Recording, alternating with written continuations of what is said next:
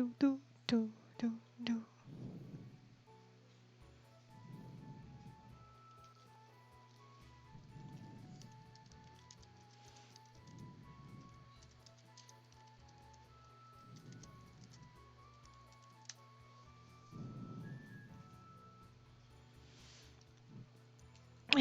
It looks like we finally have everything we need.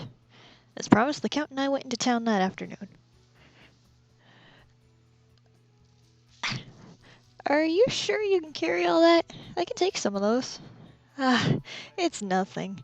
You're already carrying something for me. Well, yes, but I'm holding a small paper bag with 2 apples inside. The Count is holding 5 large bags filled with meats and produce in each arm. It must be heavy. Really, I'll take some. No need. It's a matter of etiquette for a lady to allow a man to have his moment of glory. I nod reluctantly at Saint Germain's picture-perfect smile. I wonder how much weight he is carrying in each arm. Must take an immense amount of strength. Mark Code realized with Physique. Hi, Choco. I look at my own 2 hands. I wonder if I'd be able to handle that. Van Helsing did say that I was unbelievably fast and hardy during our training. Count, I'd really like to try. As I'm turning to him to say this, I see a boy selling papers to people around him. Extra, extra! Read all about it! The boy steps in front of us, holding up one of the papers he's hawking. I wonder if it has something big that happened. I'm curious, so I take a look at the paper. Great, are you sure, St. Germain? But you're already holding something. It's a bomb. Hi, Franny! The headline makes me gasp the moment I see it clearly. Violent terrorist Victor Frankenstein attempts bombing passenger train? Military technology advisor Finnis stops a would-be attack in its tracks. May be a target of assassination attempt. I see that the government has stepped up their search efforts in hunting for Dr. Frankenstein. But Victor would never try and destroy a train with people on board. He did disconnect the cars, and this seems to be over the top. We need to come up with some countermeasures. We need to head back and tell the others. You're right. We finished our shopping here. Shall we be heading back? Saint Germain smiles his usual smile and begins walking in the opposite direction of the mansion. Count, what's the matter? You're going the wrong way. We're being followed. What? There are 3 of them. It seems they're highly trained. Twilight, no doubt. Twilight's here? Yes, but try not to give away that we've noticed them. Let's let them follow us for a bit and grow complacent. Come, Miss Cardia, let's go! Oh, right. The Count begins walking and I hurry to catch up. We have a rare opportunity for some hands-on training here. Let's make sure to not let it go to waste. You want me to train now? Indeed, from this point on, the danger that you'll encounter will only grow. And in order to increase your survival rate in situations such as these, a training session that has a touch of 2 dangers fits the bill perfectly. I nod, trying to keep my pace even with his. But don't fret. At the very least, I will be sure to protect you should anything happen here. Now, how should you act in this situation? I should keep going down Main Street. I wouldn't do anything. I'd keep walking down a busy street. And why is that? Victor said so too. Twilight agents work in the shadows, and they don't come out in the open unless absolutely necessary. So they wouldn't attack a busy street like this one, and also it's easier to hide among a crowd. Very good. I'd say that answer deserves a passing mark. Is that the right answer then? No, unfortunately, there is no right answer in this question. Saint Germain suddenly tosses his bags aside and takes my hand. This way, Miss Cardia. The moment he pulls me away. What? A sharp spear thuds to the ground where I'd been standing just a second ago. I can't believe they throw a weapon in a crowd like this. The people around us begin to notice that things are amiss and confusion spreads. Before we can move, the Twilight soldiers are ready to strike again. Let's retreat for now, into that alleyway. As the crowd grows louder, I run into the nearby alley, Saint Germain right behind. Hang on, I gotta watch from the beginning because my mom had to call me. Oh no, it's fine. Nothing's really happened too much except we were just talking about food. Well, he was kind of talking about food and Cardia yelling, I wanna grab something. When the enemy throws common sense out the window, sensible tactics are no longer prove effective. Remember this, there is no such thing as certain victory where humans are involved. I understand. I turn away from him, ready to start running again, but my feet come to a halt. There are several Twilight soldiers standing before us with swords drawn. As I suspected, it was a trap to lure us away from Main Street. Their tactics are very by the book. He says this softly with a smile, as if this falls in line with his predictions. Several of the men take cautious stances, and there's no room to run away in a narrow alleyway.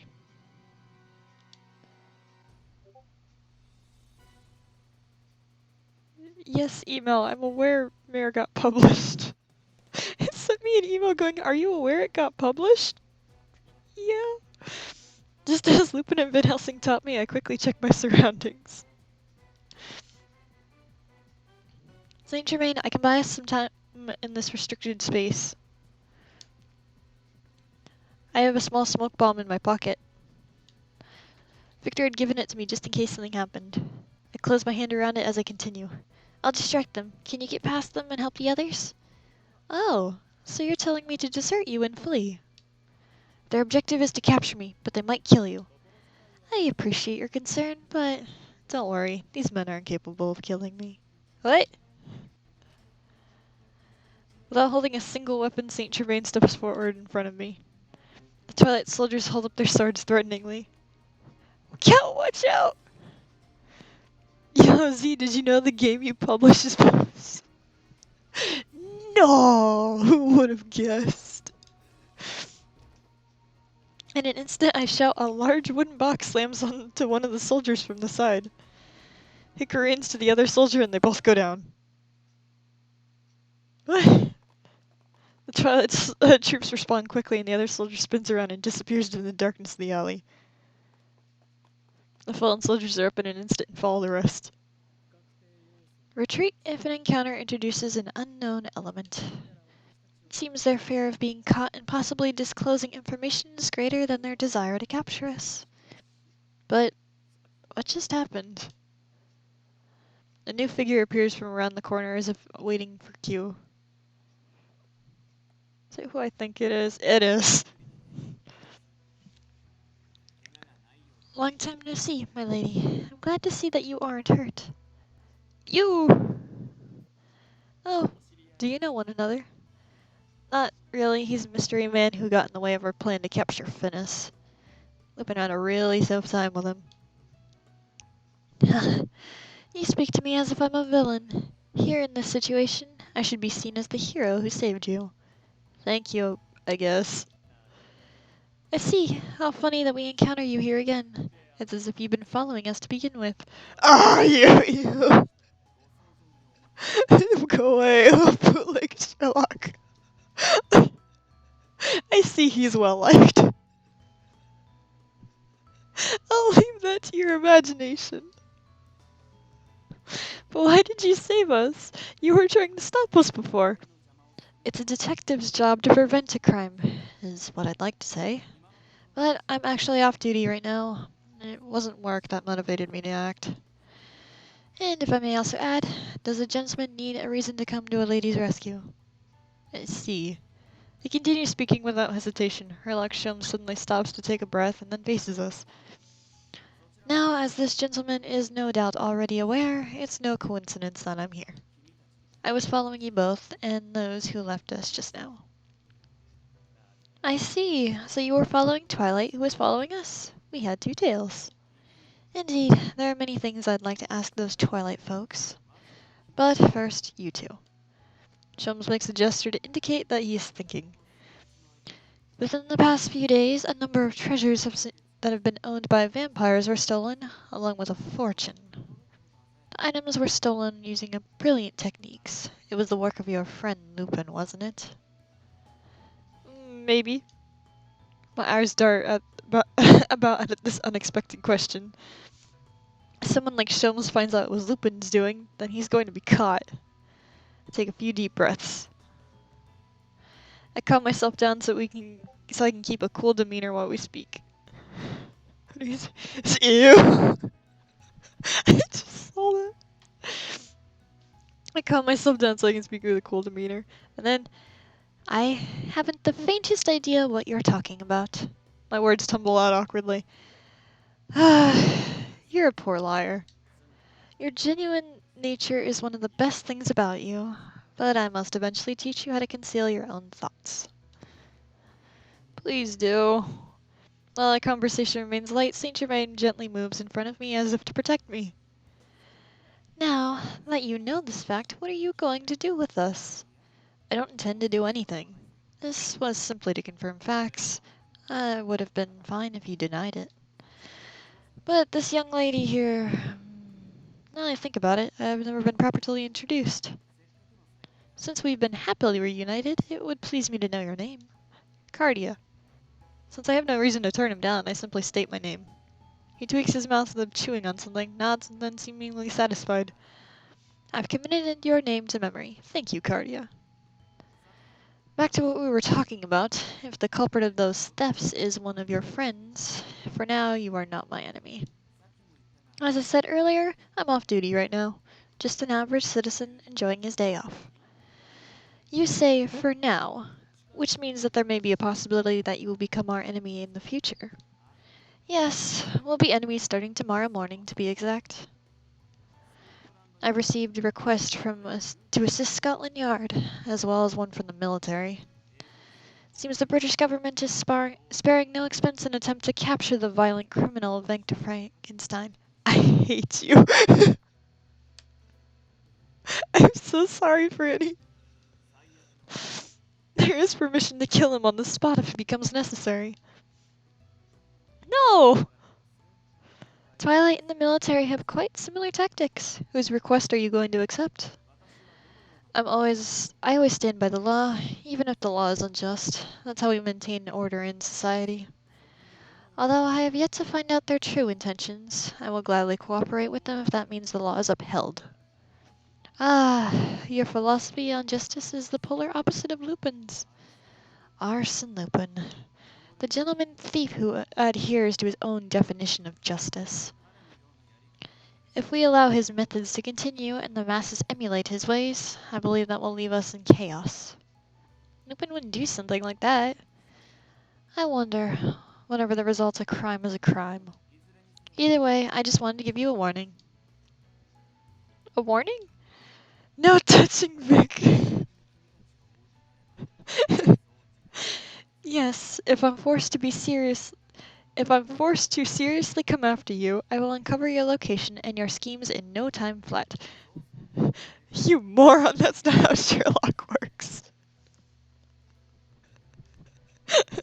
She's so offended. I suggest that you leave Britain as soon as you can. I see.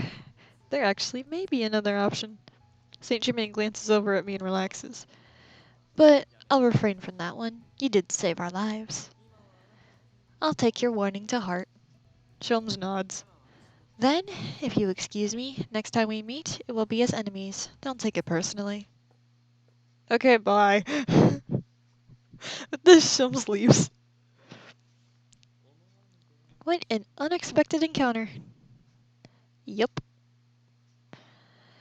I continue to look in the direction he left in. I wonder why. Even though they look nothing alike, I feel like Sholmes and Lupin have something in common.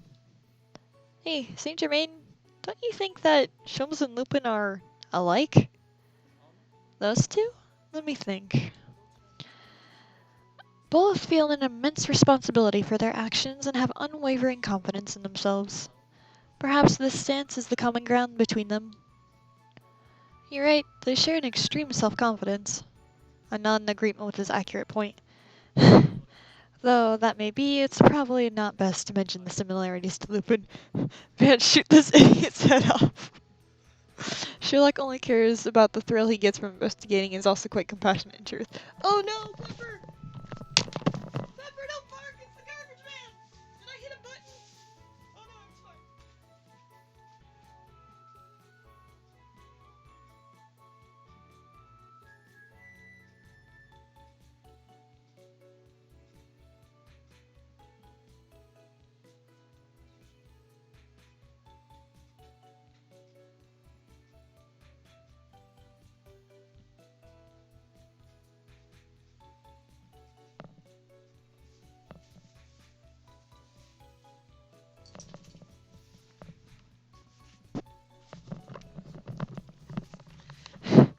Sorry, Pepper got scared by a plane. There's a plane flying overhead and it scared her. He has let go many people and learn their circumstances. Also, don't compare Lupin to Looper's the jackass. Why not? When he escaped the train, Lupin is 100% better. Oh, it's 10,000% better. He's amazing. When he escaped the train, it's oh god, why is everyone calling? Hello? Hi, Lexi. Yeah, I can do that. You too.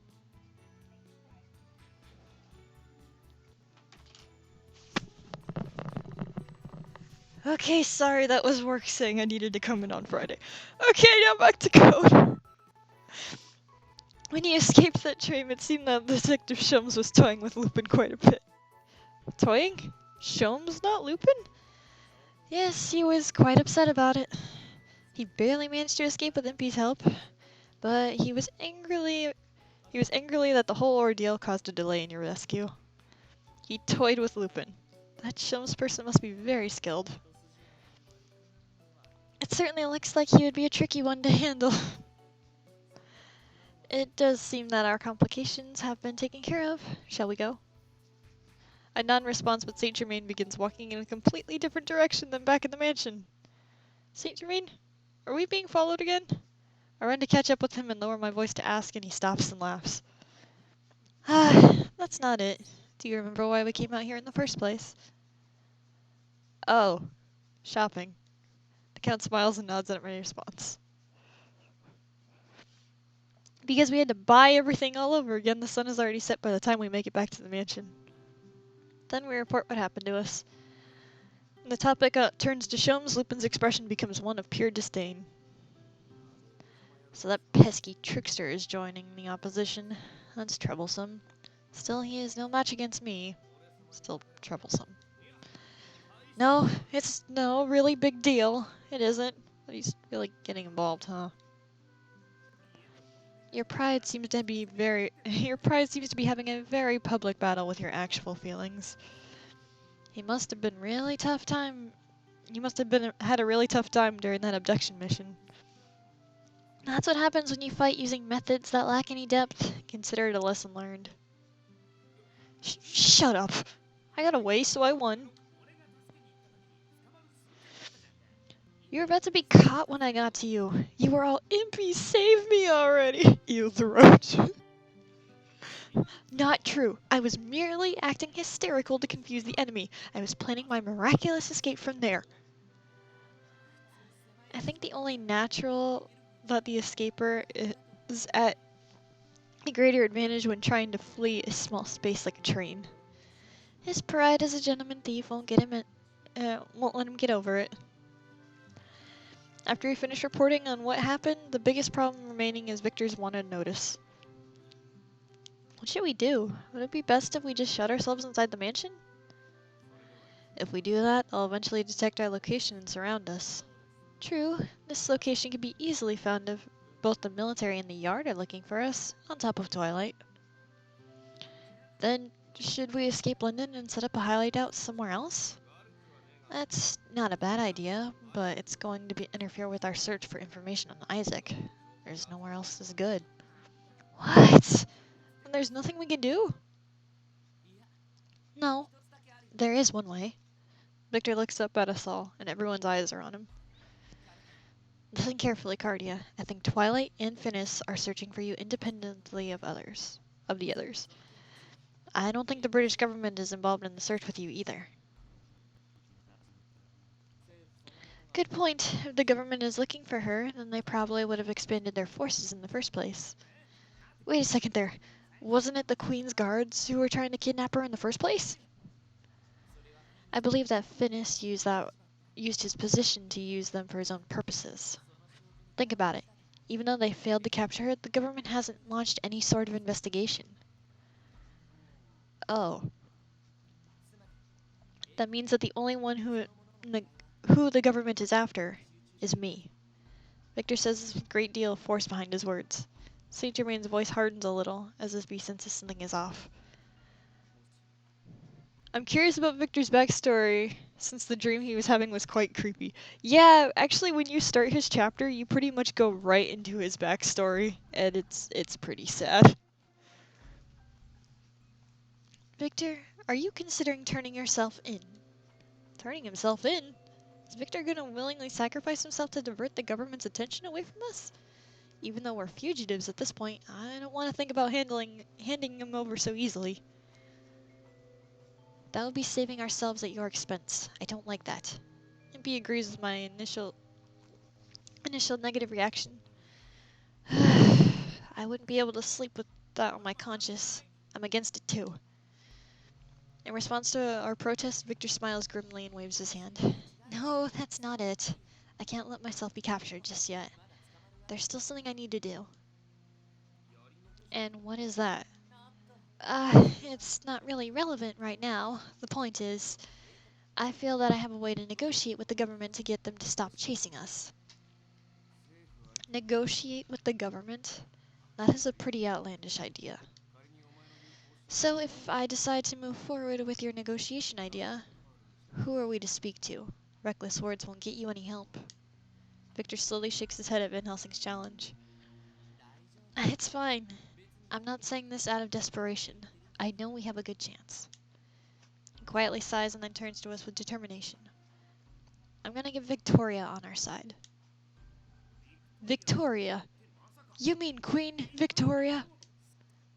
Yeah, that's exactly who I mean. As I mentioned before, Queen Victoria wants to capture me. She wants a certain knowledge that I have. But her greatest fear is that this knowledge will be leaked to other countries. If what I know gets out, the current international situation could be overturned and place Britain on a difficult situation. International situation, huh? That's quite a large stage you to speak of. So, you're thinking of approaching Queen Victoria using this knowledge as a bargaining chip.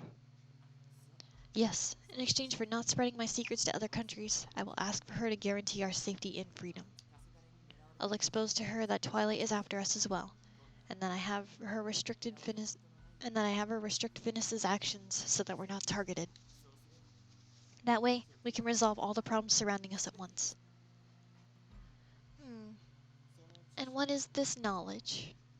I can't tell you. I wonder why. I thought I saw a dark shadow cross Victor's face when he brought this up. No matter. If you're that confident, then you probably stand a good chance of success. If you get results, I have no complaints about the methods involved. But Victor, this isn't something that can be done easily, right? There must be a reason why you have been running all this time without doing this. You're very perceptive. You're right, Cardia. It was something that I've been considering, but Queen Victoria is the highest-ranking politician. If she doesn't agree, I'll probably be locked up in some research lab, never to see the light of day again. That's why I escaped. Are you sure? You're gonna have the most dangerous role if you're trying to use yourself as a negotiation piece. That's fine. I don't want to cause trouble for all of you. I can see a strong light in Victor's gentle eyes behind his glasses. Victoria and Finis, we're up against the most powerful people in the country. If we miss this opportunity, we'll be swallowed up by their power in the blink of an eye. The more time passes, the tighter the noose Twilight, the military, and the police are creating will be. Before they catch us, we have to make the first move. And naturally, that puts all of you in a dangerous position as well. I know it's a lot to ask, but I need your help. We all look at one another, and then... Why not? I'm in. I need a breakthrough either way, and if you say you're ready to take this on, I have no objections. Then I'm in too. It would be totally lame if we get caught and didn't even put up a fight before being thrown in prison. I don't know why, but I feel like Victor's like, yeah, so I like nuked the town. I'm so Victor, no! How could you nuke a town? You don't even need to ask me. Life as a refugee was getting pretty cramped. I was becoming bored with it. If we have the means to free ourselves of this situation, we should go for it, no matter what. Then I shall cooperate as well, though I don't think there is much I can do. I'm fine, if it's what Victor wants. Thank you, everyone. I promise I will repay you all for this kindness. Victor says this with his usual smile, but for some reason it looks to me like his smile is forced. The next night, I sit alone at my desk writing. I review emergency first aid methods and gun construction plans Victor and Van Helsing taught me respectively. If I can remember my first aid properly, I can avoid any confusion in the heat of the moment. And knowing a gun's construction can lead to knowing how to handle an opponent who is carrying a gun. All this knowledge is for direct application, but knowing it will help me make calm decisions when the time comes. That's what I've been told anyway. Wonder how long it's been. I stretch a little and open the window to let the night breeze in. Good pupper Victor. He's a very good boy. Done. Victor! I see Victor out in the yard. Whatever he's thinking, he's just sitting there, silently unmoving. I consider what to do for a while, then decide to join him in the yard. There's something I want to tell him. When I arrive, Victor still doesn't show any indication that I'll move. I try and wait a little while and nothing changes, so I decide to speak up. Aren't you going to sleep, Victor? Whoa!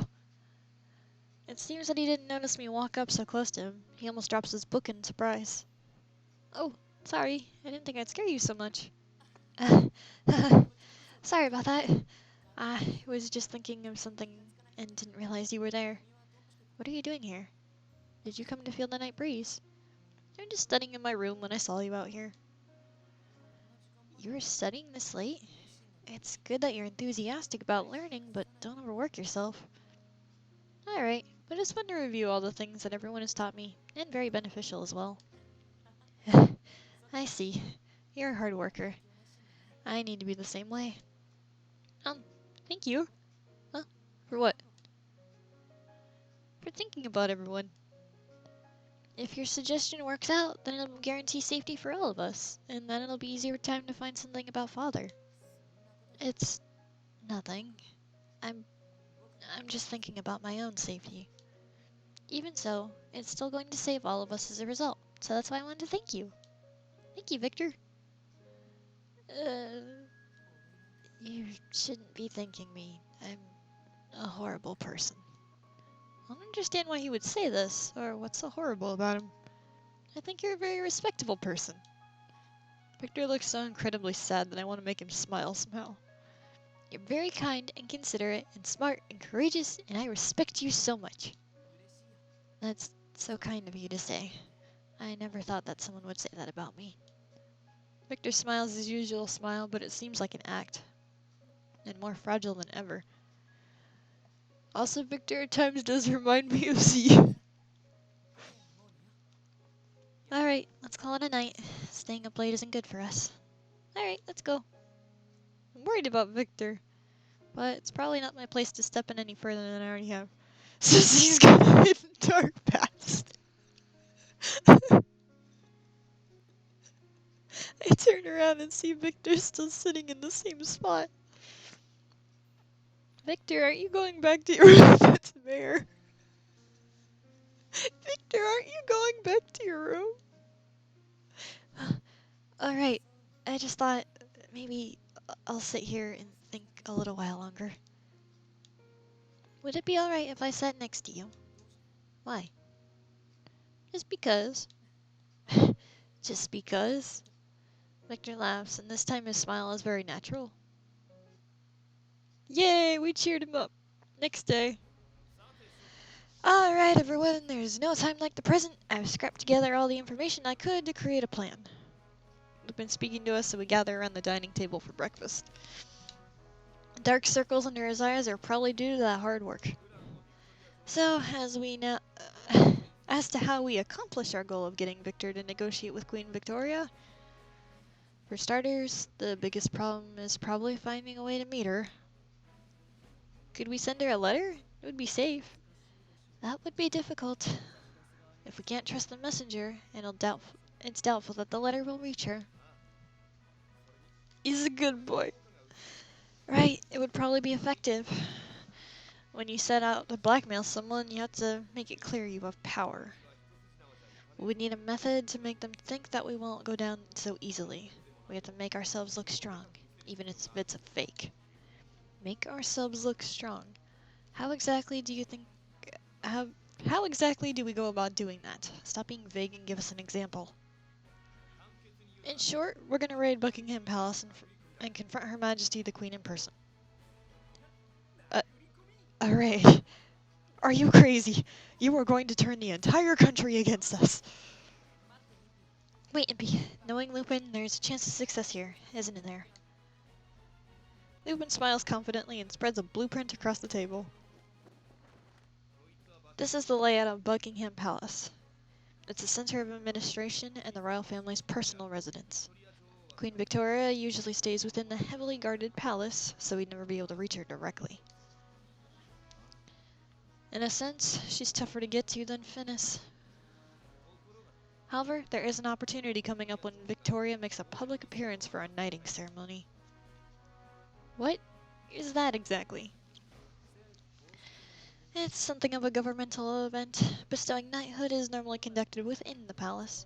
However, it has become quite customary for the Queen's ceremony to take place outside to allow the public to see the glory. Obviously, there will be a capricious amounts of security, and since the public can attend to, there will be a grand turnout. Oh, and also, it was the event that Van Helsing was given the greatest title a knight can receive, the most excellent order. Wow, you really are amazing, Van Helsing. Huh. So we burst into a ceremony, then we make a promise in front of everyone there, and they won't lay a finger on Victor. Isn't it dangerous to do something like that in front of so many people? That's what makes it so great. We'll make it look like a showy entrance to create an illusion that Victor has powerful backers. And the other benefit is that we can use all the civilians there as hostages. Lupin, we can't do that! That would make us actual terrorists if we involve innocent people. Yes, I think that's too dangerous. All part of the plan. We're laying it out for the Queen to make it easier for her to make a decision. What do you mean? This is what he means. If the Queen were to obey the commands of a terrorist, her authority would crumble. But if she makes a painful decision in order to save her people, her rule will become even more solidified. You're awfully considerate, even though you're the blackmailee. The title of gentleman thief shines brighter as usual today. Ha! Of course. I'm starting to think I don't fully understand what gentleman is anymore. That's good, Cardia. That's a normal reaction. Van Shadow the Hedgehog, because that's all it reminds me of. Oh my god. Yet, she may still... I'm still laughing at Shadow. Yet she may say she'll release Victor in that moment only to take back her words later. Shouldn't we be considering the possible risk that we might be facing? A battle of wills against Queen Victoria is no small thing. I can't imagine that she would fall for this ploy so easily. Leave that to me. In true Lupin form, I'll call her bluff. Lupin nods firmly in response to Victor's words. The knighting ceremony takes place in exactly 5 days. Why don't we begin our preparations? After that, we start to prepare the negotiation to come. We use the automobile to carry the Anthropoder to the alley near a certain hotel in the city. This is so we can land right in front of Queen Victoria as she appears in the beginning of the ceremony. Aside from that, we double-check the procured items to protect ourselves as well as secure our escape route. And since the plan is merely to get us in front of Queen Victoria, there's no complicated contraptions like on the train. On the day of the mission, we go to the hotel that we've placed the Anthropoder behind. You want me to house sit? How dare you? Why would I? From Deli's response, it seems that he's not very willing to cooperate. However, he begrudgingly agrees to stay at the mansion since he doesn't know any other places that he could go to kill time. Well, I guess that's acceptable. But I do not understand why I should have to take care of Cece.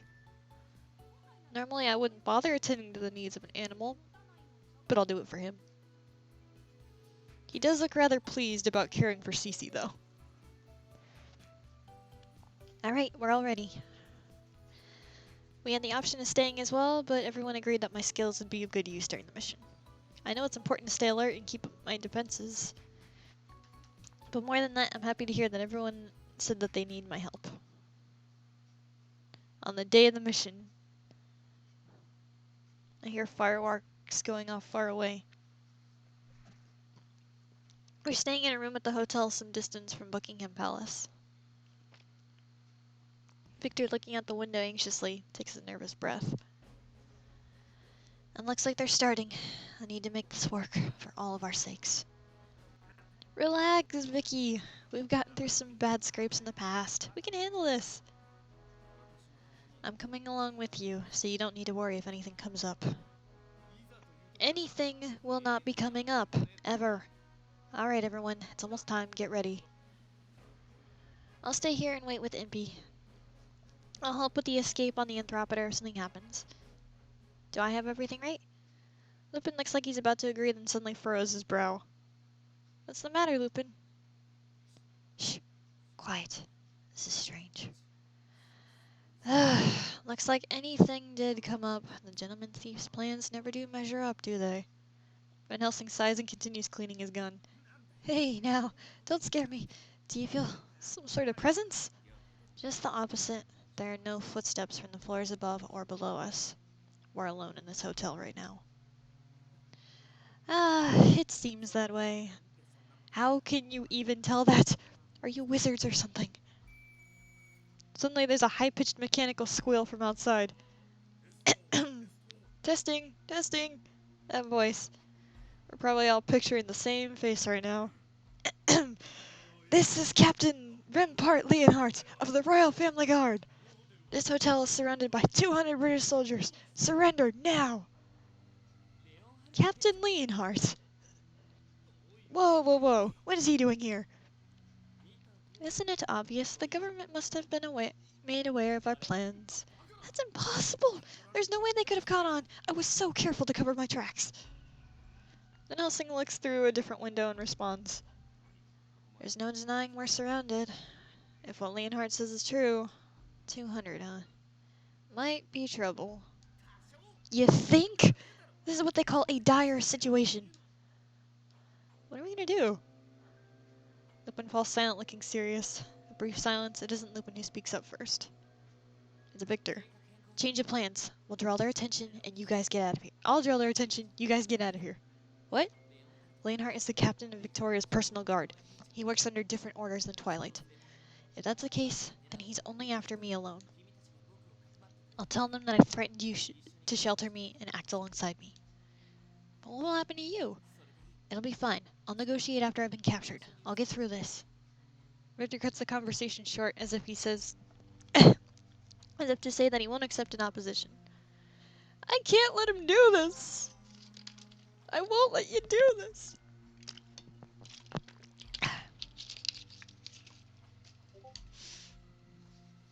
It's too early to start sacrificing ourselves to help everyone. He looks at me in shock. Everyone looks at me in shock. Oh no.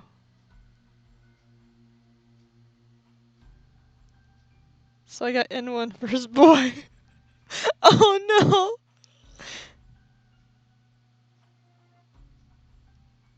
Jeez, Parsi, you work fast! What's the matter? Oh, it's just that you never really raised your voice like that. But I can't just let you give yourself up like this. Victor smiles gently. Yeah, me neither. My vote's with her. Mine too. I appreciate the sentiment, but this is probably the only way. Victor, I reject your idea. What? Why?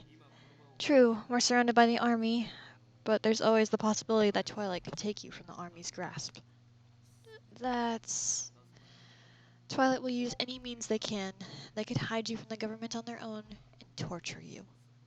Then they will extract the information on this girl's whereabouts from you, and then we'll all be in trouble.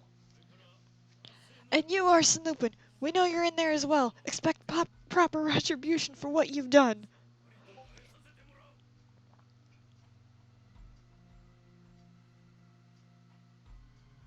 I think what Parsa means by end one is they probably got Masaki's bad end.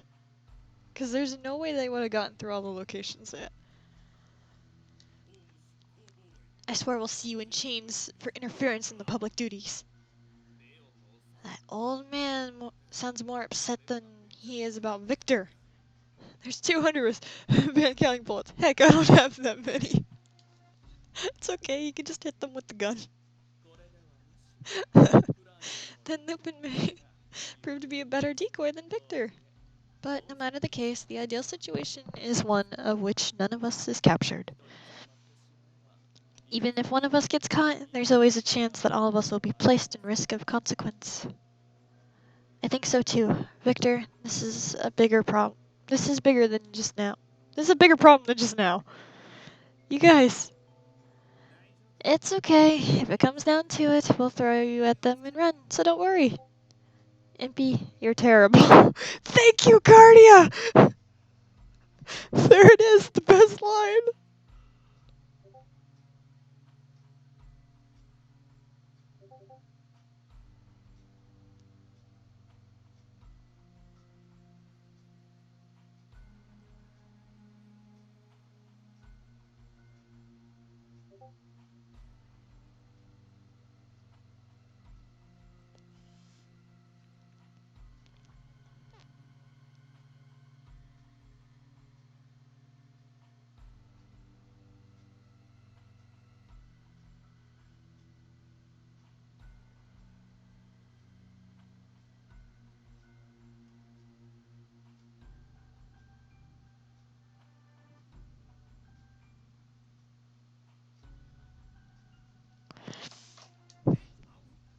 What? I was kidding. That was a joke. Stop glaring at me like that.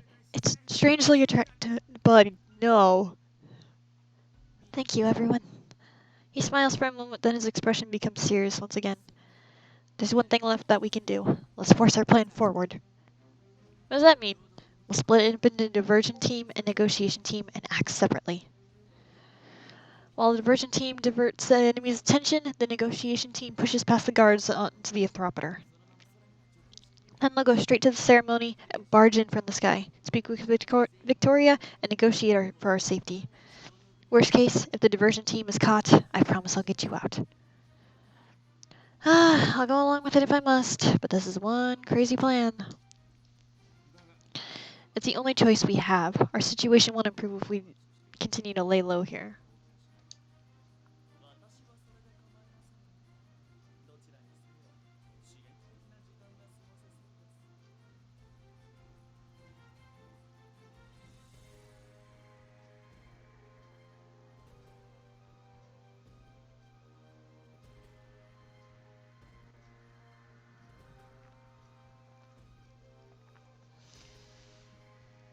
I don't mind. Either way, it sounds positively stimulating.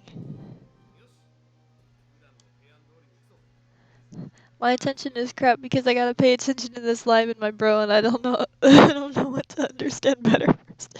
If you want to watch your brother, it's okay. If you want to watch your brother, it's not a problem.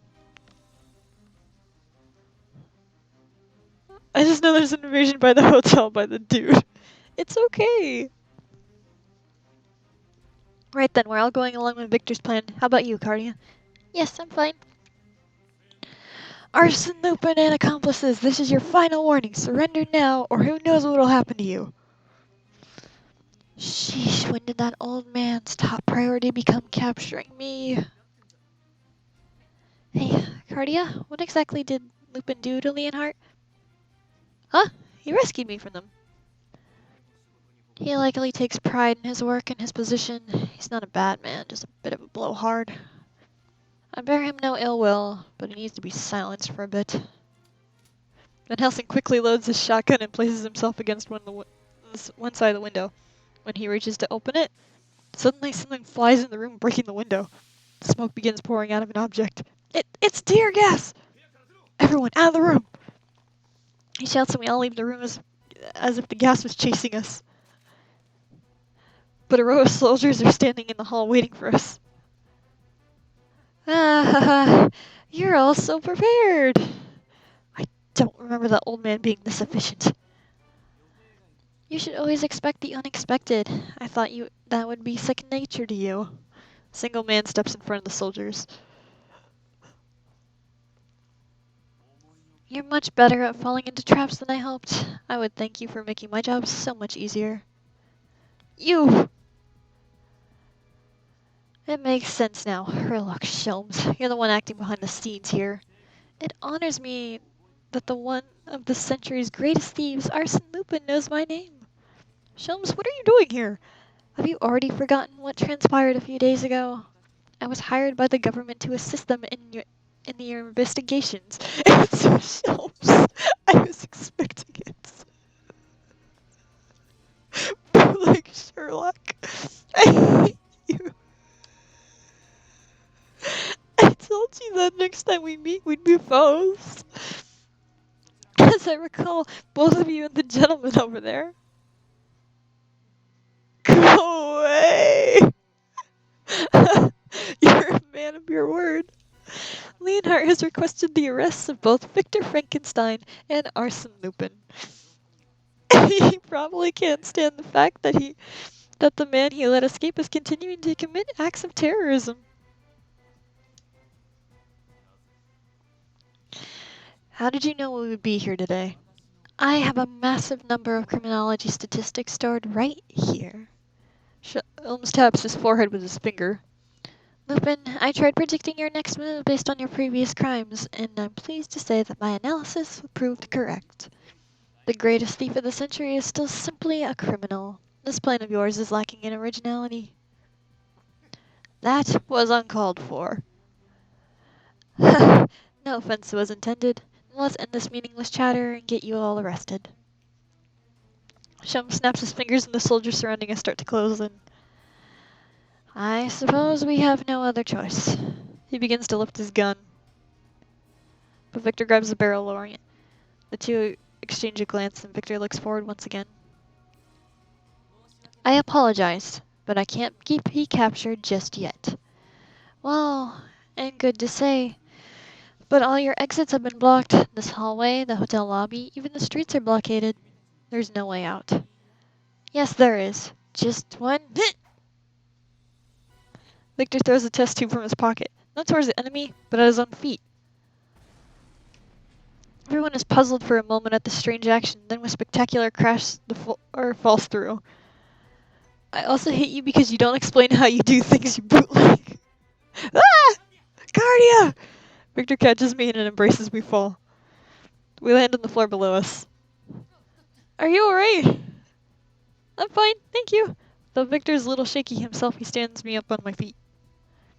Whoa! That was scary. Let's get the heck out of here. We all start running together as a team. Oh, do you want to go outside? Here you go, Pepper.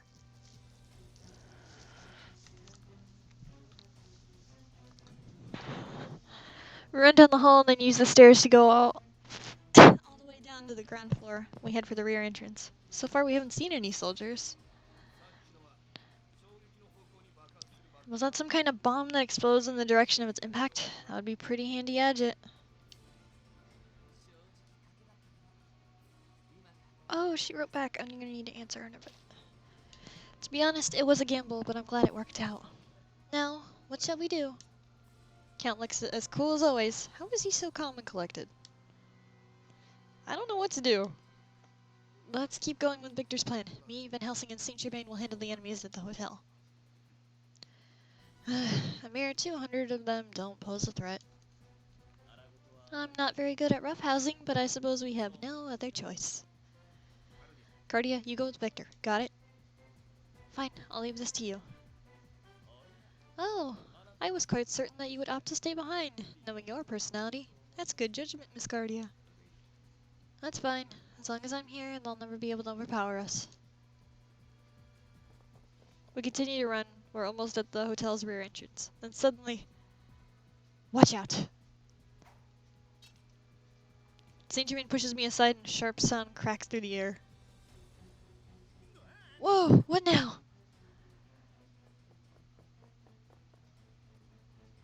The Count quickly pushes me behind him and several Twilight soldiers come dashing around the corner ahead of us. Get out of the way! Van Helsing's quick gunfire blows away the approaching enemies in an instant. Why is Twilight here? The police and military always make a show of taking action. I'm sure that it was easy for Twilight to find out about it. As he speaks, several more Twilight troops appear and block our way.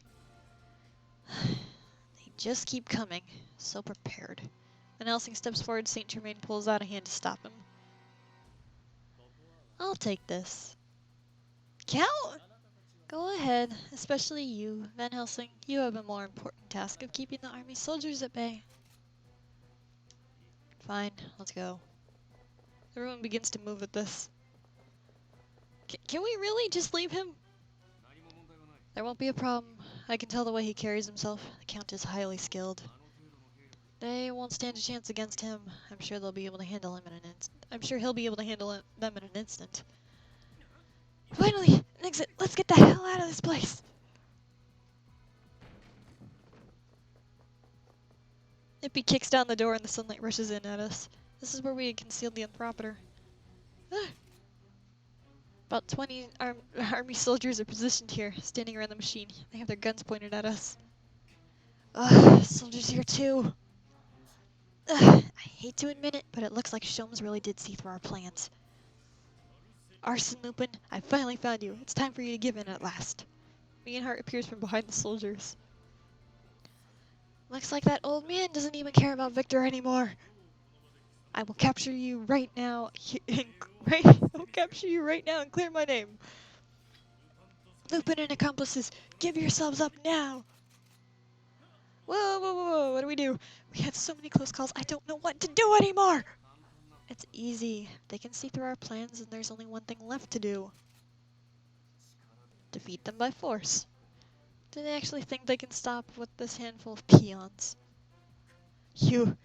How could you defy the government when you're supposed to be a hero?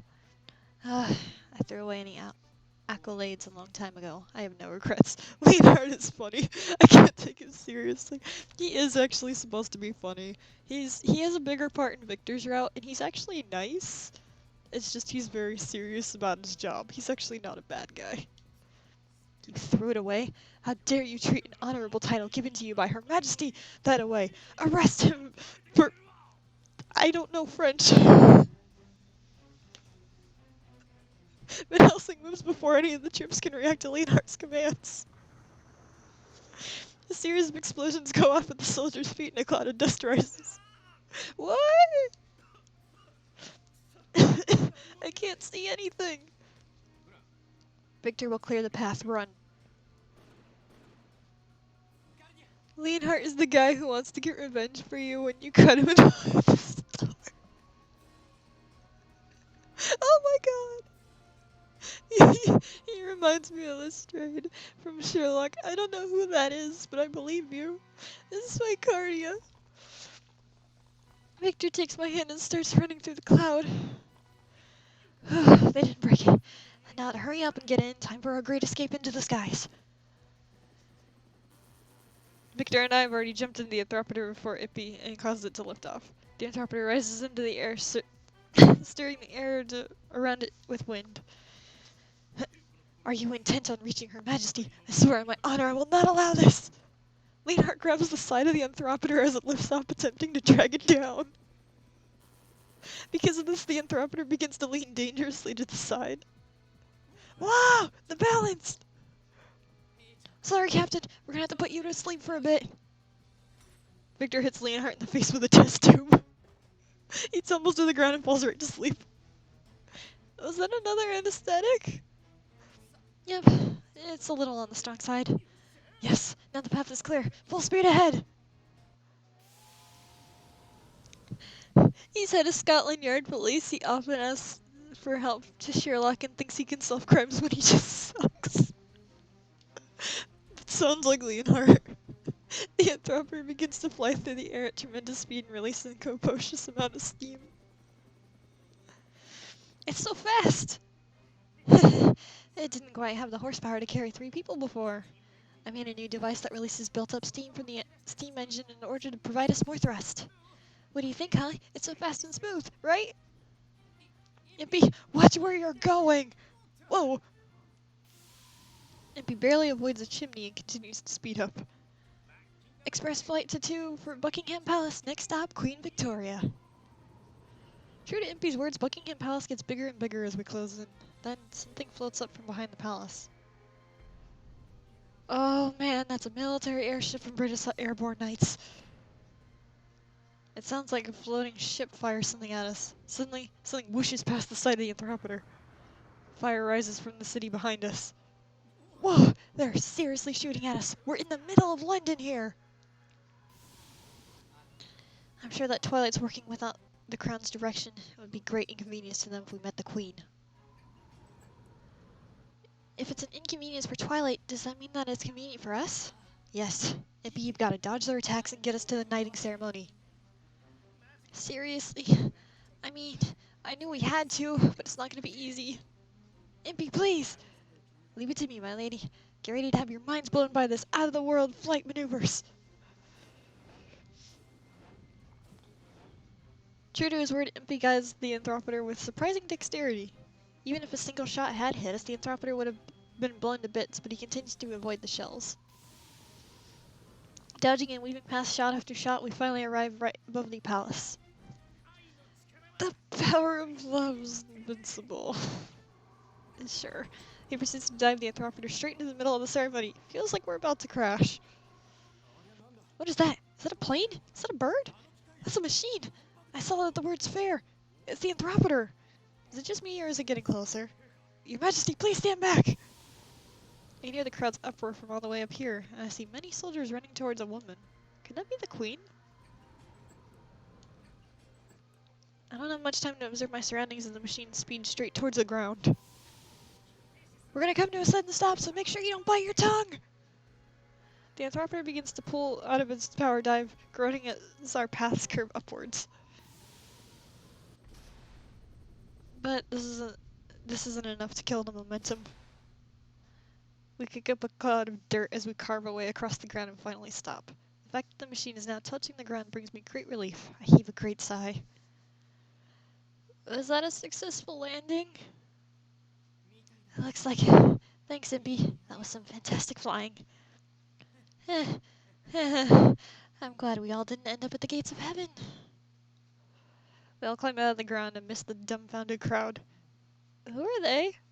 The man with the glasses! Isn't that the violent terrorist Victor Frankenstein? Frankenstein! As the confused voices rise up around us, the cloud of dirt slowly settles. A woman surrounded by soldiers appear in our view, surrounded in the stage right in front of us. How dare you make such a disrespect before Her Majesty? This is unforgivable! Her Majesty the Queen. So this is Queen Victoria after all. She's beautiful, but at the same time, she is a woman with so much power that the tension in the air is almost palpable. I think that's how I'd say it.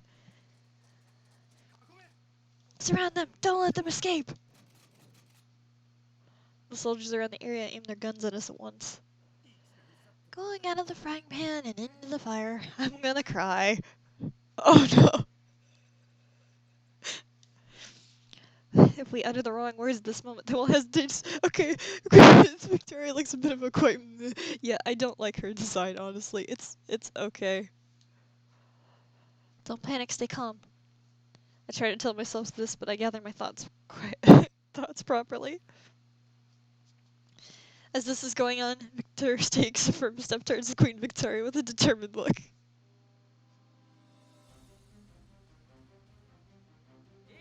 Soldiers, it would be unwise to shoot me. Victor calls out in his confident voice. His gaze seems cold-hearted somehow. This isn't like his usual self. Right now, I would believe that he is an actual terrorist, ready to deliver a death to all those around him. I don't like it either. Nobody move. One step and you die. Compared to the others, it's awful. Yeah, I don't like it. It's honestly one of my least favorite. I've planted bombs throughout the ceremonial grounds. This radio switch controls their detonation. Victor raises a small device in the air. Screaming rings out within the audience. That's the toy he had me made for him. A toy? Yeah, it doesn't do anything. Detonation switched my patooey. I look over the queen while I listen to Impy's words. If they catch us in this lie... Yes! She is! She is actually meant to look like a queen bee. If you look at all of the soldiers, they have little hexagons and stuff for honeycombs. And even Leonhardt has the design on him. She's supposed to be a queen bee. If they catch us in this lie, there's a 99% chance we'll be executed. They could have pulled that out better. They could have. Have the guards stand back. But every single person here is precious subject of my nation. None of this is worth any loss of life. As you command, your majesty. The guards standing near the queen give a signal, and the soldiers lower their guns. Good. Everyone stand still. My accomplices are watching all of this. If anyone tries anything funny, this entire area will become a sea of flames. Your Highness, have the guards stand at a distance. I want to speak to you alone. Fine. Victoria glances at her guards. In a matter of seconds, the area around us is deserted. Oh no, Wesley, do you have something playing again? Hold on.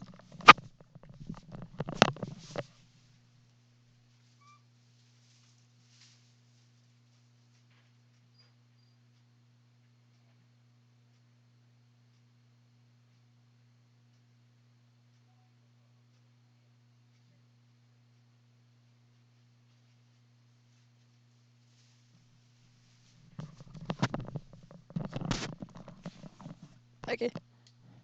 They're probably all watching the situation breathless.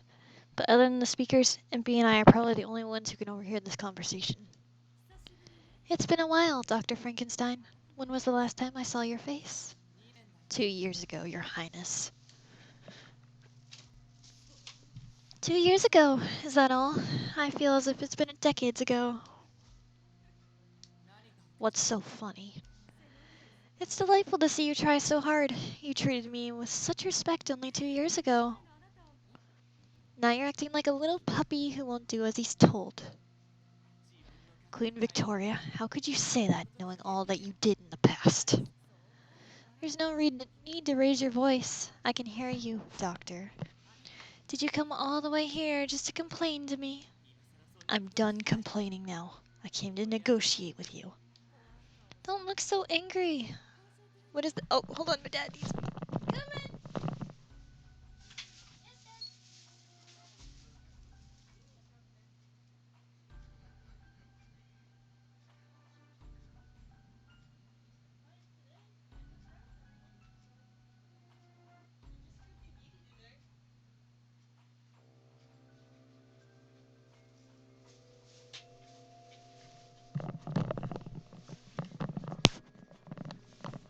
Man, every character happened like 2 years ago. 2 years ago, oh my god. Why so angry? What is this about? Protract my wanted status. Also, guarantee my safety from this point on, and grant me a pardon from this act as well. That's all I ask. There's a brief silence. At this moment, there's no room for Impy or me to intervene. All we can do is sit tight and listen to the exchange between Victor and the Queen, and I guess try to guess the outcome of their talk. The Queen sneers at Victor.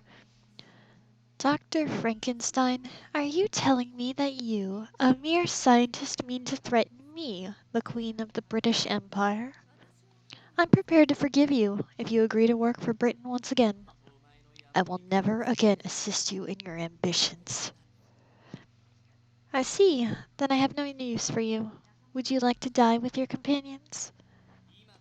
You don't have any power in this situation. I do. And what power do you have that you could change my mind? I'm prepared to release the secrets regarding that which you so desire to other nations. I've given copies of this information to a number of compatriots. If anything should happen to me, all of Europe will know. The special knowledge Victor possesses is his only real bargaining chip in this negotiation, but the Queen simply looks amused at this threat. I see. This is interesting. It seems that you've changed, Dr. Frankenstein. Is it the influence of your friends? I'm not here to make small talk. And what about that lady over there? Is she your friend? The Queen suddenly looks over at us. Her glance feels sticky and it clings to me. What a beautiful girl. She's like a porcelain doll. And, I knew I'd seen someone with a similar feel about them before. The little boy, Finis. He has the same doll-like appearance. How strange. How are you so similar to the little one? You seem agitated, Dr. Frankenstein. This is getting more interesting by the moment. This is one full of secrets. Little girl, if you are connected to Finis' secret somehow, I'm afraid that I'll want to keep you. She gives me a long stare. Her gaze feels like it's touching me directly, and I take a step back. God, her design is worse. I didn't notice, but oh god. It's actually really bad.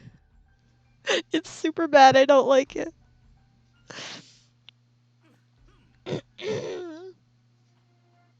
Impy steps in front of me as if to hide me from her line of sight.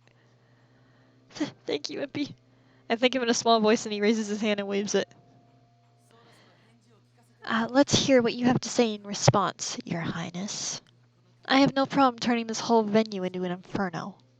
The Queen merely smiles. Then, enough with the petty lies. Do you really believe that you would trick Queen Alexandria Victoria with a toy like that? I'll gasp. How could she know?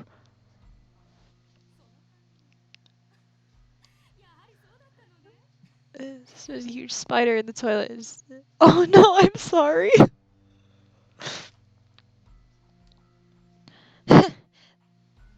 I don't have the guts to take it out myself, so when my dad comes through, I did alert my bro. Oh no. Hopefully it goes away. And yeah, that's their design. It's ugly. It's really bad. That reaction. It seems I was right. I have a soft spot for bad liars. Ugh, playing dirty. She pulled a fast one on us. Politics are a constant game of bargaining. Your child's antics don't even come close to a real negotiation. Scientists need to stop playing at politics and focus on their research. Impy, take her and stand back. As I'm sensing something from Victor's serious tone, Impy says nothing and steps back with me. Once he's seen that we've backed away, Victor slowly takes out a leather case from his jacket. He takes out a single test tube. This is a special liquid explosive. If I drop this on the ground, not even you will be able to escape death. Oh, I see that you're not bluffing this time around. Victor, what are you? I try to dart towards him, but Impy stops me. Not now. Victor's one thing, but we have no idea what the Queen will do if we make a move towards them. But Victor's hands are shaking slightly. Go ahead. Do it. Death is salvation, but a coward like you would probably hesitate to take hold of a savior's hand. He's gonna do it. He's gonna kill himself and take the Queen with him. Victor! I break free of Impy's grasp and run towards him. Guardian, no, get away from me! No, Victor, this isn't right. I take his shaking arm and gently lower it. You don't need to do this. No one wants you to sacrifice yourself. Victor says nothing in response and looks down at the ground. I worry about Victor's feelings, but part of my mind is calm and understands the situation. The only leverage we have right now is to release Victor's information to other countries. And even that is a lie. If she just sees through this lie too, it's over for us. I look at the Queen. I can't tell what she's thinking behind that smiling face. There's silence and then... Fine, Doctor. I'm satisfied knowing that you will not become an enemy in the state. I have no way of knowing that you're lying or speaking the truth. But if you really do take what you know outside of the country's borders, well, as we know it will be over.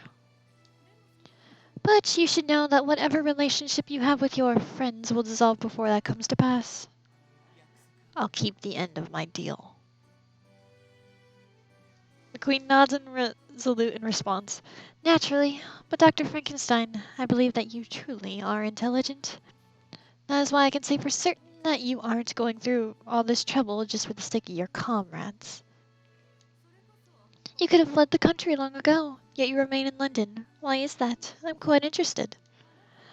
What reason do you have for staying here, in this country, in this city? Victor says nothing and simply stares at the Queen. Fine, I'll just keep an eye on you for now. You can have this win. Oh, Victor, just make sure to not cross me again. I'll keep that in mind. The Queen smiles boldly, seems to signal the end of this. And Bea and I take deep breaths as the Queen slowly walks out in front of us to look around at everyone in attendance. My beloved subjects, there's something that I would like you to know. Victoria's clear voice fills the air. It has just been proven now that all charges placed against Victor Frankenstein were false accusations. In the name of the Crown, I proclaim his innocence and guarantee his safety. From this moment, anyone attempting to harm him or his companions without my own consent is an enemy of the British Crown. The crowd murmurs in reaction to the Queen's words. Seems to go on forever. So, now that's all done. Cheers! Who sent me a message?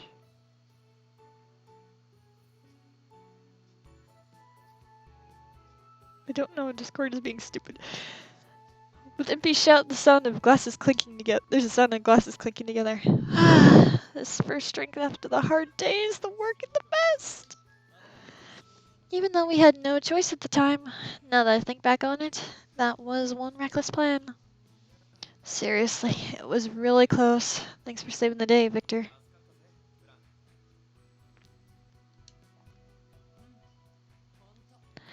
I'm so glad I finished it in time.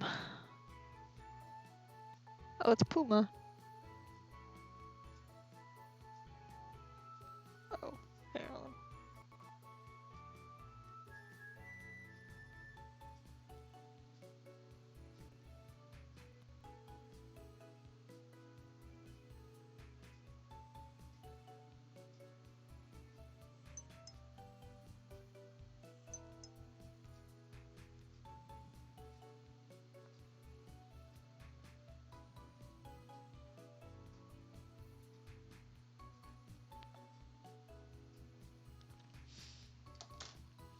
It's the day after the mission. There's a luxurious meal on the table along with a newspaper open to one particular article. False accusations! Nation shocked at the revelation of Victor Frankenstein's innocence. The good boy is safe for now. Honestly, this game does focus on romance, but it's not just that, and it's really interesting. I wish more were like this. Yeah, I actually like it because it doesn't really focus on it. Of course, it's an otome and it's gonna have romance kind of moments, but honestly, they're really good and sweet. They don't just make it the main focus. With an article like this, and its widely spread, we can finally be at ease. And at last, we can throw a party that had been on hold for a while we prepared for the mission. All otomes I've seen in the past only focus on the superficial plot and your objective is to just stay with one man. No, you don't have to just stay with one guy. You can kind of choose whoever you want to hang out with, and then only when it hits near the last chapter does it go with the kind of variable of which boy you leaned a bit more towards. But other than that, you can kind of just hang out with whoever you want to hang out with.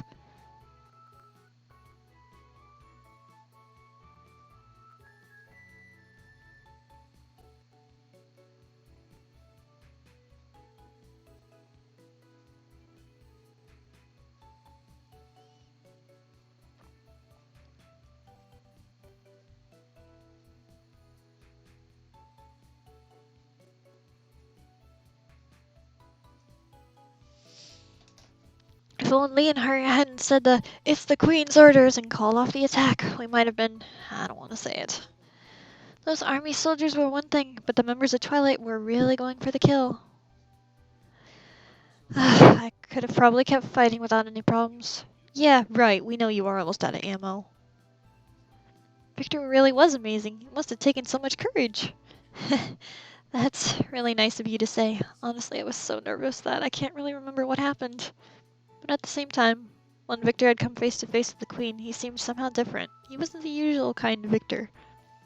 He seemed very angry and sad at the same time. Why are you so quiet all of a sudden, Guardia? Oh, it's nothing.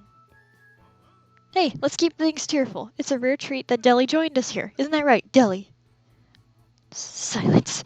Don't call me by that wretched nickname. I was tasked with the responsibility of caring for my subordinate, Cece. It is my duty to ensure that he gets fed. That's the only reason why I'm here. Cece, eating a meal made especially for him, is under the table, barks in response to Deli's outburst. Deli and Cece, they kinda eat in the same way. Well, I meant more as the Tomes are just about getting the man. Nope, this is more about you have a guy with you, but you figure out what is going on.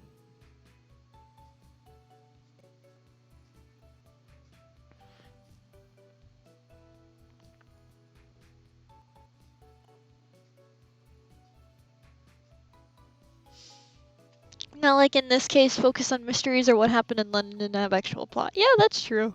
I haven't really played too many Atomes. I've played Amnesia, I've played this, I've played Color and Malice, and I have seen Dandelion, but there's no need to eat so quickly. There's more where that came from. I laugh and then look over at Victor. Now that we're officially protected by the order of the government, we can relax a little, right? Yes, I suppose, for the time being. We don't know when they'll turn their backs on us again, so I think it's important for us to remain defensive. I highly doubt that Twilight will give up on capturing you just because of this. Don't worry about that stuff. I don't know where this mansion is, and we'd still be watching out. Even then, we can still focus more on our search for Isaac than we could before. Yes, about that, I've actually found out a lead that I think is promising. Really? Yes, well, it's more like a lead to a promising lead.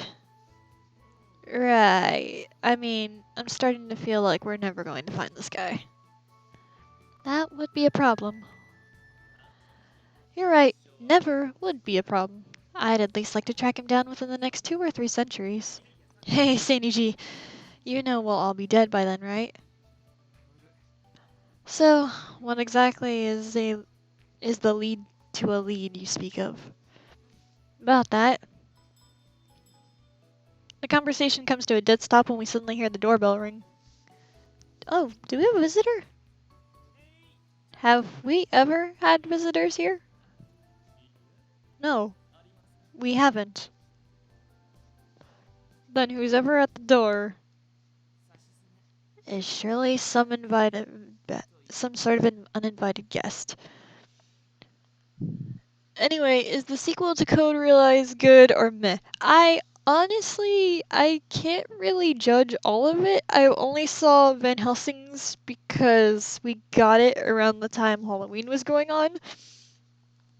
And I was really busy with work, so we kind of just marathon Van Helsing's route. We were gonna go on to Victor's, but we didn't get to it. It's kind of like a happy little side story. It's where it continues off of from where the other ones ended, because each route has their own kind of main end that they go with. But it's mostly kind of happy stuff. There is some, I haven't seen it yet, but there is other little kind of plot lines you can go with. Where one specifically I think has Watson in it that you can do. I haven't done it yet. I know they have the happy sidelines with the boys, and then they have the more serious one, which is Cardia doing other stuff, and then there's the winter one, which I got the other day, which is kind of the third little spin-off sequel, which is more just little happy stuff. But the one I saw with Van Helsing was good though. It was very sweet. Oh, I got you. It's filler, but it's happy filler, so I don't entirely mind it too much since it's actually still really well written. So you don't need to see it because the main game is right here. But if you want happy filler kind of stuff, it's there for you. So if you want to see more things with Cardia and Cece and Van and Deli all being happy family, then you can just look at that. So it's surely some sort of uninvited guest. I gulp. Before anyone can say anything, the door to the room suddenly opens. All of our eyes turn to the intruder at once, and he gives us a pleasant smile. Is this who I think it is? God damn it. I forgot you. Good day, gentlemen, lady. I forgot he shows up. Shelves! You play the suffering in the first game, then you get the happy sweet time with characters. Yeah, that's how it goes. There was no response, so I invited myself in. What is this? Were you in the middle of a celebration?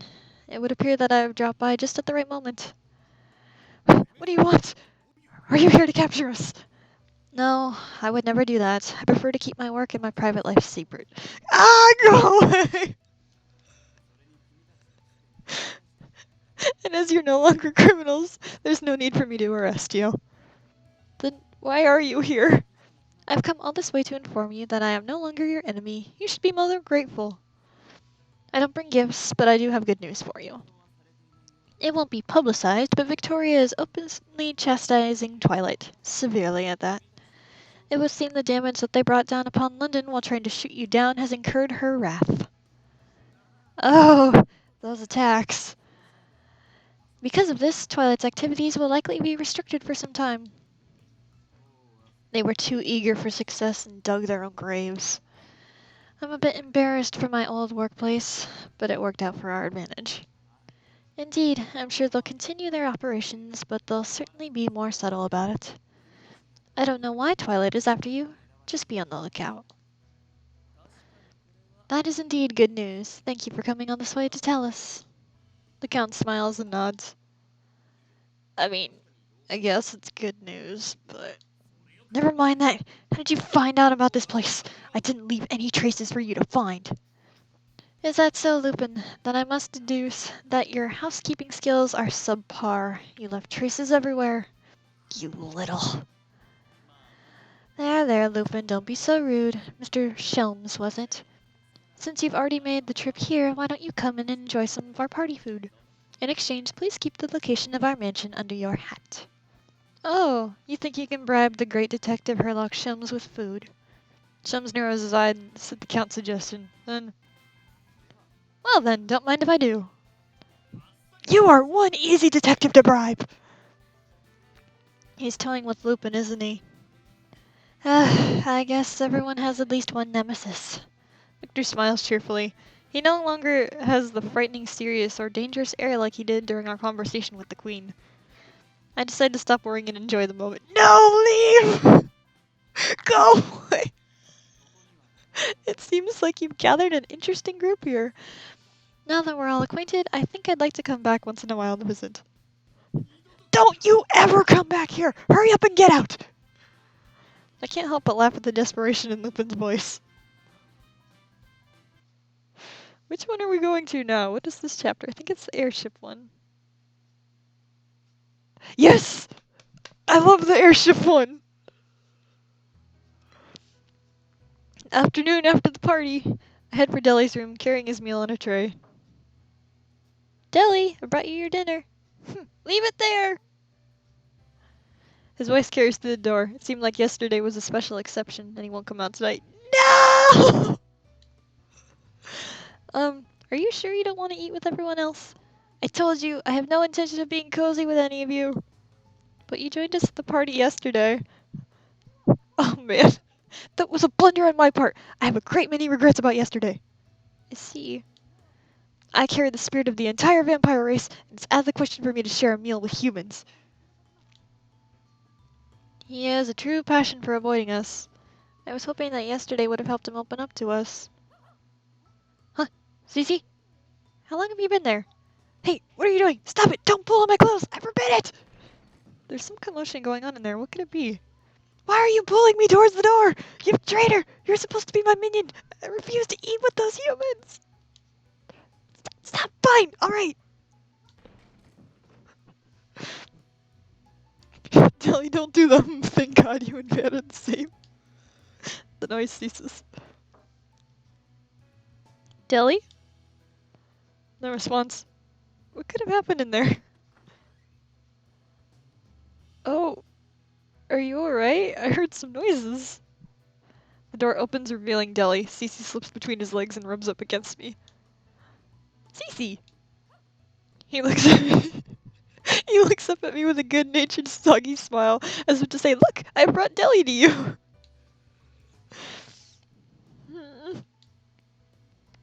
um, so dinner. For your information, I am not opening up to you. It is as I said, that a wise ruler always lends an ear to his subordinate's advice. Cece wants me to join your meal. That's all. I understand. Deli turns away looking disgruntled and then starts to walk ahead. Cece runs over to join him at his feet. Come on over. What's up, Deli? You're gonna start joining our meals now? We welcome you, Deli. Stop calling me that! I had no choice in the matter, and Cece was quite insistent. Ah, meals are always more enjoyable with a bigger group. I welcomed you to the table as well. I changed my mind. I'm eating in my room. Stay here and eat. Van Helsing says this quietly but with strength. If you want to keep an eye on me so I don't escape, isn't it better that we all eat together? Don't presume to tell me what to do. Come on, guys, chill out. Just sit right here. I cook the meals so they taste great when we eat together as a group. Impy quickly ushers Deli to a seat and pushes him towards the table. Now let us enjoy our meal. Human food, so mediocre. Although he won't stop complaining, Deli eats more with more enthusiasm than the rest of us at the table.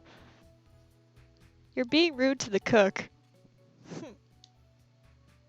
It's fine. I can tell how Deli feels about the food by the way he's scarfing it down. No, she's right. My words were disrespectful, considering that I'm being provided the food. I'm glad you like it. Good thing, huh, Van Helsing? You were the one who was the most worried. Ah, is he pretending not to hear you? That's how we welcomed our new member into our mealtime gatherings. I feel like I'm being observed and look up. My eyes meet Victor's, and he smiles as if to play it off. That night... Ah! I practice the stances in self-defense that Van Helsing taught me before I go to sleep. I'm well aware that such moves are rarely delivered and perfectly in battle. However, if I can get my body to remember these moves, I'll be able to react without thinking in battle. The more practice I get, the better. Yeah! The people around me are all very skilled. Oh my gosh, why are you... Who's sending me things? Oh, it's pretty. If we're gonna face more dangers, I don't want to get in their way. I go over the things I learned in training one by one. As I do, the expression of Victor comes to... the expression Victor had been wearing during the meal comes to mind. What was that about? What is he trying to say about the lead he was talking about yesterday? The conversation had never been fully finished after Sholm's interruption. Maybe Lupin and the rest have their own takes on the situation. No one brought up the subject with Victor since last night. What did the glance he gave me mean? I wonder if he's hiding something. Yeah! As my frustration mounts, I intensify my training and search for answers. What does the future have in store for us? What will happen to everyone, to me? The uncertainty of tomorrow unsettles me. I probably feel this way because I'm happy now, and because I've been able to cross paths with so many people. My anxiety grows as I stop my exercises. The poison flowing through my body, the horologium shining in my chest. What exactly am I? Monster. The words bubble up into my consciousness. I am... Cardia, are you alright? Victor's voice knocks me out from my reverie. Victor? I realize that he's standing right in front of me with his brow furrowed. Why did I come here? I can't remember at all. Oh, yes, hello. I was trying to talk to you, but you weren't responding. It seemed like you were zoned out. But good, I panicked. I thought something was wrong. I really enjoy how Cardi is like, yes, it's time to practice the art of beating someone up. Time to practice beating someone to death. Yes. No, I'm fine. I was just thinking. Was there a reason that you came to see me, Victor? We're out in the inner courtyard. When I ask this, he scratches his cheek with a guilty expression. Reason? Yeah, I had a pretty important one, actually. Important?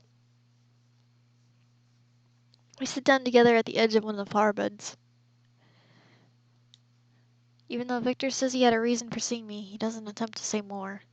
I'm curious about what he wants to talk about. Looking at his face, I can tell that he's conflicted. Maybe he should tell me, or remain silent. That seems to be his dilemma. The wind quietly stirs in the air as I sit and wait for him to speak. Come to think of it, I can only recall a few times when I was able to look up at the night sky like this, and for good reason. I was at the house in Wales until recently, trapped in a cage of loneliness, looking down all by myself. I've been thinking about this for a long time. When Victor finally speaks up, I look back at him. I know how you can obtain the truth. The truth? What I'm about to tell you pertains to the lead I was speaking of yesterday. I was planning on telling the others tomorrow. I hold my breath. Isaac had his own secret research lab. We may be able to locate that facility. A research lab? Does that have something to do with me? Yes, it must be. To your horologium. My hand automatically reaches toward my chest, where the gem is embedded. Victor nods slowly, then continues with a serious expression. And I have an idea to what the horologium really is. What? I'll start from the beginning. In Britain, there's a scientific academy known as the Royal Society. Long ago, there was some research being conducted there. The discovery of infinite energy, the refinement of the elixir of immortality, the emulation of the work of God. The legendary substance, the Philosopher's Stone, would be the foundation for it all. Under Queen Victoria's orders, experiments were conducted to refine the substance, pouring an obscene amount of money into it. I'm hearing all this for the first time. I don't understand some of it, and what I do understand makes little sense. But Victor's serious tone is enough to tell me that this must have been an immense endeavor. The Philosopher's Stone? Yes, but the scientists were never able to truly create it, instead creating an imitation, Zicterium. The scientists unable to achieve the desired results were held responsible and stripped of their titles. Victor pauses to sigh heavily, as if taking a break from his exposition. I still get the feeling that he's hiding something from me. Is that everything you wanted to tell me? He avoids my gaze for a moment. No. Actually, this is the part I really wanted you to know. Someone else took over the research after the first scientists were removed from the project. He shakes off whatever's holding him back and turns to me. That person was your father, Isaac Beckford. Once we started going to Full Metal Alchemist. Oh my god. No, don't be sorry. You are funny. My father. That's right. I don't know why he decided to involve himself in the search for the Philosopher's Stone. After Isaac became head of research, I had the opportunity to witness the Zicterium he had in his possession. How is this related to me? What I saw, the solid form of Zicterium, had the same sort of shine as the gem in your chest does. It's highly likely that the gem embedded within you is based off of Zicterium, and is the forerunner for the Philosopher's Stone. I think the substance was renamed, and eventually became to be called the Horologium. A sudden gust of wind blows past us, and the flowers in the flower bed rustle. The blue gem embedded in my chest, the Horologium. So it's true my father himself has deep ties with it. My father made this. It's strange. Just from the information alone, the gem in my chest suddenly becomes something precious to me. But as to how and why the horologium acts as your heart, keeping you alive while harboring poison in your body, I don't know anything about it. I'm sorry. This information doesn't shed much light on anything. I shake my head. It's all alright. Just knowing that my father made this, that he actually involved, makes me happy. Because it's what keeps me alive, and he made it himself. I'm alive right now because of father, aren't I? I don't know why he had to put the horologium inside me, but he must have done it for my sake. I look up and see Victor looking away with a forlorn expression. It's like he's struggling with something. The research facility I mentioned earlier was the laboratory where Isaac was studying the Philosopher's Stone. Which means it's where the horologium was created? Most likely. You see, if we go there we might be able to figure out how to fix the poison and learn about my lost past. But why? Why are you telling me all this now? You could have said something much sooner. That's because it took me some time to confirm the link between Zicterium and the Philosopher's Stone. I know I really should have explained this to you all before now. I see. I gently fold my hands over the horologium. Cardia, you naive girl. I can feel it, even through my clothing. The carefully made gem is shining inside me. Though it feels normally lifeless, it feels almost warm. Cardia, the truth will always be out there, and that will never change, no matter what happens. If that's what you desire. Victor? Victor turns to look at me, but he's seemingly staring into an entirely different place. At breakfast the next day, Dilly and Cece have left the dining hall. Victor brings the topic to the rest of us. There's something I want to tell you all. With this, he repeats what he told me last night. About the horologium, my father, his research. Just as I had been last night, some seem to be confused by the terms of hearing this for the first time. Nevertheless, it's good news. After he finishes his explanation, he takes a breath. That's everything I know. I apologize for not telling you when I was certain about this information. So, that means we've pretty much figured out where our target's home base is, right? Isn't that a big deal? I don't think it's that simple. Why not? It's definitely a promising lead, but Victor mentioned last night that he had a lead to a promising lead, which means that there's something else we need to do. MP looks up at the heavens. Oh, right, you're right.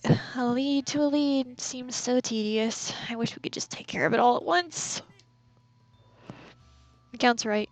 Victor just said what his promising lead is. He still hasn't told us what the lead to that lead was, and that we need to do something to get the actual information. No use whining. It's 100 times better than having nothing to work with. I agree. Yes, we need to keep moving forward, one step at a time. So, Victor, what's your other lead? What steps do we have to take? Victor nods firmly before replying. I want you all to obtain something that will lead us to the whereabouts of Isaac's laboratory. Something? That's awfully vague. Do you have something in mind, or are you trying to avoid talking about it? It's gonna be trouble. It's something that all the organized crime groups in London would be guarding with all they've got. Guarded by gangsters. I see. What? What's a gangster?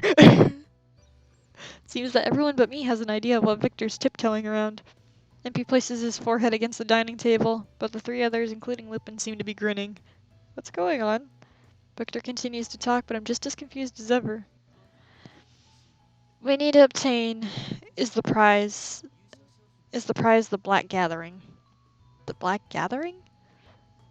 This is yet another new term. Seeing my confusion, Saint Germain offers up an explanation. It's a location you've already been to several times. Do you remember that event that takes place near the River Thames? I remember. That's where we met Van Helsing. He shot at us.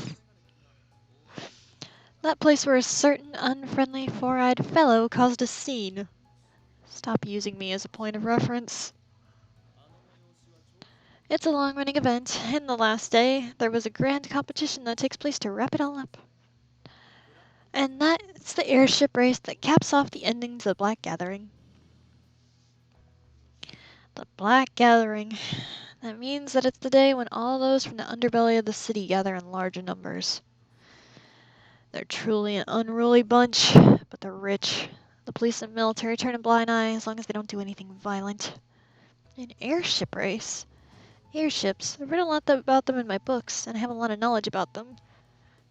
Ew, St. Germain should be banned from saying gangster. He sounds like a rich old white guy trying to sound hip and young. Oh my god. I can't recall seeing them up close. I've only seen them from afar floating among the clouds. Oh, but I do have that recent memory of being attacked by an airship. I don't remember much about it, but I do recall that it was a huge machine. I can't imagine what an airship race would be like. Yeah, This is also one of Isaac's achievements. He created a material called carbonium. It's very light and sturdy and can easily be mass-produced. As airship technology advanced, other uses for them appeared. Father sure did a lot. Yes, his work has changed the history of mankind. He is worthy of the praise of the modern-day Prometheus. Prometheus, the titan said to have been given the secret of fire to humanity. It's strange knowing that my father is being compared to a great figure from mythology. Back to what we were talking about. What do you mean that the prize from the airship race is a lead? Well, the prize for this competition is said to be the posthumous collection of Isaac Beckford's work. Posthumous collection? God, I hate that word. A posthumous collection from the man whose death has been yet to be confirmed. They're really getting ahead of themselves. The prize is worth more if Isaac is believed to be dead, that's all. Stop saying that word! Posthumous collection. So basically it's a bunch of papers and stuff, right? How much value could that possibly have? I'm sure there are countless collectors who want to obtain them at any cost, since they're from the legendary Isaac Beckford. But how did such a thing end up as a prize for a race? No matter the content, I would assume his writing is classified information. I don't see how it came to be in their hands. From what I've heard, the writings were originally under the guard of the Royal Society. Greed got the best of one of the society members, and he sold these documents to some millionaire. I see. Then they made their way through the underground society and ultimately arrived at the Black Gathering. Victor nods slowly at the Count's logic. Documents written in Father's hand. I'm dumb, they said Prometheus, my both aliens, xenomorph.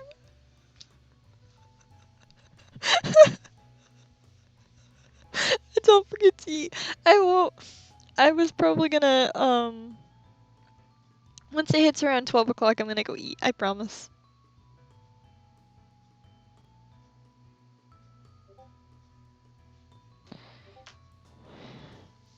Cardi's dad is a xenomorph. Documents written in Father's hand. You're right, there must be something about the horologium. Seems that my anticipation was growing despite myself, and I noticed my hands clenched into fists. That's easy then. Let's just go steal it. I would advise against that. Why? I can easily get past some criminal's line of flimsy security. I'm not doubting your abilities, it's just... Since the attack by Delacroix, the criminal world has set aside their pride and started asking for help. So what? The prize will be guarded by none other than Herlock Sholmes. Alright, let's enter the race and get the lead fair and square, shall we? You're so quick to adapt. You really don't like Sholmes, do you, Lupin? He's more like a nemesis at this point. Are you already waving the white flag? You usually talk bigger. You usually talk a much bigger game. Wait, what flag? I'm tired of this persistence. Just to be clear, I am not running from him. Fun bonus! Shams is not only involved in the security, but he will be investigating if the item gets stolen. You hear that? Exactly as I suspected. This is a strategic repeat. Understand? Repeat. Retreating is just another name for running, but if that's how you'd like to word it, let's leave it at that. Besides, entering the race is fine and well, but what are we going to do about an actual airship? We can't even join a race if we don't have basic equipment. Why don't we have Impy make one? I'm happy you're depending on me for this, but if you want to make something from scratch, time and money...